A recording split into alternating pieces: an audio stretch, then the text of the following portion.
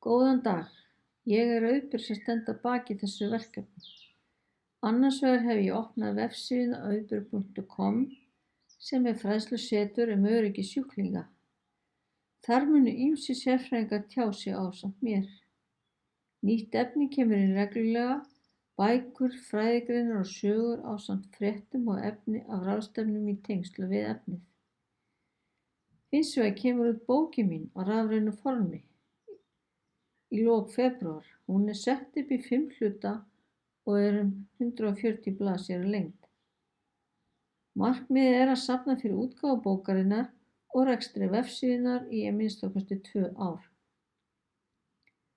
Öryggismenningin verður til hjá okkur en ekki eingöngu inn á lokuðum fundarherbergjum og í skjölum stofnana. Sindri sonur minn sér tæknimálin.